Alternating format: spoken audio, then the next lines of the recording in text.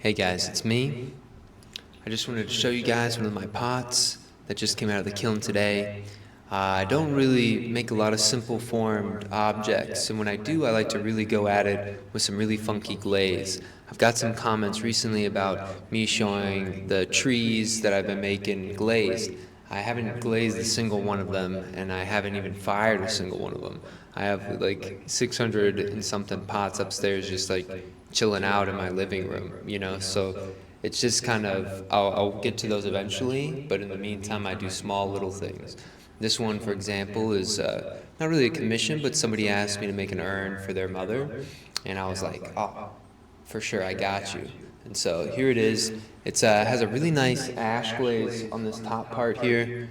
I really quite like this part of the pot. It's an ash glaze over Shino, right? And there's a lot of calcium that's in that ash glaze, and so I'm assuming that's what's getting this really nice matte surface, right? It's like crystal felting, and then you get the nice, ash glaze rivulets all the way down the side of the pot here. I think those look really nice. And then if you go to the bottom, and kind of this middle, you'll start to see this blue titanium glaze. I think these turned out really, actually quite nice. I'm a big fan of this blue titanium glaze here. And then in the bottom, that titanium glaze, which I'm assuming is titanium crystals that are forming is in the thickness of the glaze application. And that's what's happening on this bottom part. And so that's where that white is coming from. And if you look on the top, here, let me go over there and I can sort of start doing some better examination of some of this stuff. But if you look at the top, right, you see that this is like a red, almost like this nice red lid, right? This is an iron red glaze, right?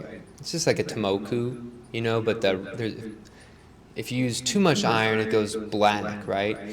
But if you use a little bit less, it starts to go this nice brassy red color. So realistically, I probably need to add some more iron in it because it should be going a little bit black. But right now, I think the color on it's really pretty. You can't really see the purples on this, but on the interior of the pot, you can really see some of the really special. You get these almost iron purple colors. It's really, really pretty. And then on the inside, we got my chess pieces, right? So I've been making these little horses, and here's my rook, right? I've been making chess pieces. I don't know if you guys remember, I've been making chess pieces with the kids, There's a pawn, here's the other horse. And I've been throwing all these different chess pieces and having a lot of fun just like figuring out how I'm going to do them all, and then I've been really having a blast. These pawns, they're missing their heads because I'm going to make the heads marbles. And so I'm quite excited about that. Oh, here's one of the bishops. So I thought this bishop right here had a pretty cool looking, like it's like a priest hat looking thing. More pawns. I guarantee you guys weren't expecting inside of this urn, before I give it to this lady, there's just chess pieces. But here's the queen. She has like this really cool head, right? It's like this, the crown for the queen. And I always like when there's like these weird undulations on objects, right? So here's the king. And so you can see he's a little bit different than the queen. Here, I'll set him over by the queen. Here's the other rook.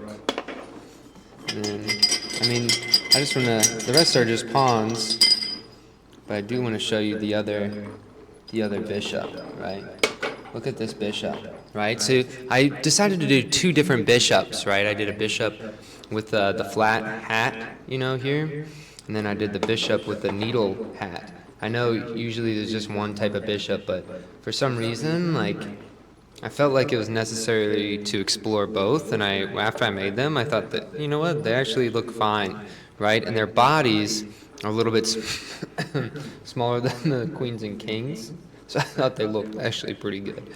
But yeah, that's what I've been up to recently. I've just been getting some stuff fired, for my classes and things, and you always got to make some kind of like nice gifts for people That's like the power of being a maker, actually, right?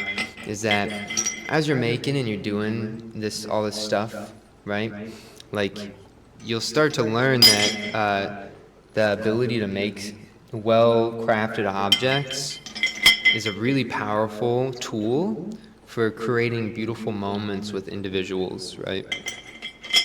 And so, I don't know, if you're ever lacking, if you don't know what you're doing and life's kind of just like passing you by and you're not satisfied, just try making some things and like giving them to people. I don't know, maybe that will satisfy your just unsatisfaction with life. I don't know, it really helps me out. So anyway, but this is the pot. I just wanted to show you guys that. And I think now we're just going to get into the rest of the video. So, yeah, stop the wheel. And then today we're going to be listening to, I think it's Donkey Kong? Let's see. Yeah, it's Donkey Kong. Really peaceful kind of music. I'm going to be hanging out with Donkey Kong for a second. I really need to get a better green screen situation here. But, alright guys. Me and Donkey Kong. Do do do do do do.